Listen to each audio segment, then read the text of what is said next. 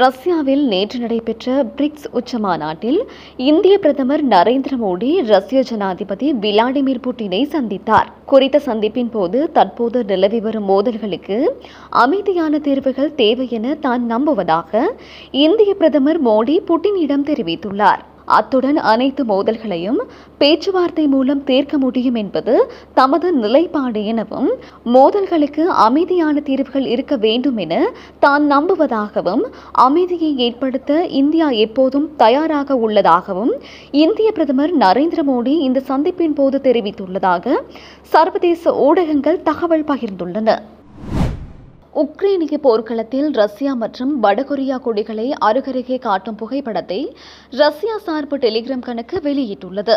இது உக்ரைனுடனான நீண்டகால போரில் ரஷ்யாவை ஆதரிக்க வடகொரியா படைகள் அனுப்பியிருக்கலாம் என்பதை காட்டுவதாக சர்வதேச போர் வல்லுநர்கள் தெரிவித்துள்ளனர்.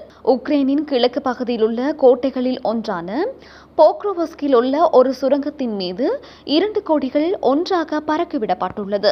வடகொரிய வீரர்கள் தங்கியிருப்பதாக சந்தேகப்படும் இடங்களில் ஒன்றான நகருக்கு அருகிலுள்ள சுரங்கத்தில் உள்ள மலையில் வடகொரிய கொடி பறக்கவிடப்பட்டுள்ளதாக தெரிவிக்கப்பட்டுள்ளது.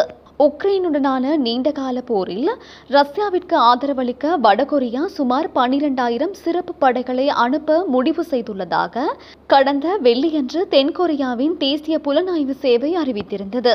இதன்படி சுமார் 1,500 பேர் ஏற்கனவே ரஷ்யாவின் தூர கிழக்கிற்கு அனுப்பப்பட்டுள்ளனர் என்றும் தென்கொரியாவின் தேசிய புலனாய்வு சேவை குறிப்பிட்டிருந்தது. இருப்பினும் வடகொரியாவின் அரச ஊடகம் இதுவரை ரஷ்யாவிற்கு தமது படைகள் அனுப்பியுள்ளமை தொடர்பில் எந்த உத்தியோகபூர்வ அறிக்கையும் வெளியிடப்படவில்லை. இவ்வாறாயினும் தென்கொரியா மற்றும் உக்ரைன் முன்வைத்துள்ள குற்றச்சாட்டுகளை ஐக்கிய நாடுகள் சபைக்கான வடகொரிய தூதர் திங்களன்று நிராகரித்துள்ளார். உக்ரைனில் நடத்தும் போரில் ரஷ்யாவுடன் இணைந்து போரிட ராணுவ வீரர்களை அனுப்புகிறது என்று ஆதாரமற்ற வதந்திகள், மொஸ்கோவுடனான அதன் உறவுகள் சட்டபூர்வமானது மற்றும் கூட்டுறவு என்றும் அவர் வாதிட்டார்.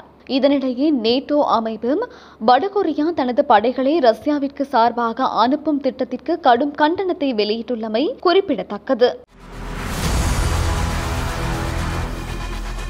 இலங்கையின் முதல் நிலை முதற்கர செய்தி வழங்குனர் வீரகேசரியின் குறும் தகவல் செய்திகளை உடனுக்குடன் தமிழில் பெற்றுக்கொள்ள டயலாக் வலையமைப்பிலிருந்து REG இடைவெளி வீக்கி என்று பதிவிட்டு 87 960 என்ற எண்ணுக்கு குறுஞ்செய்தி ஒன்றை அனுப்புங்கள்.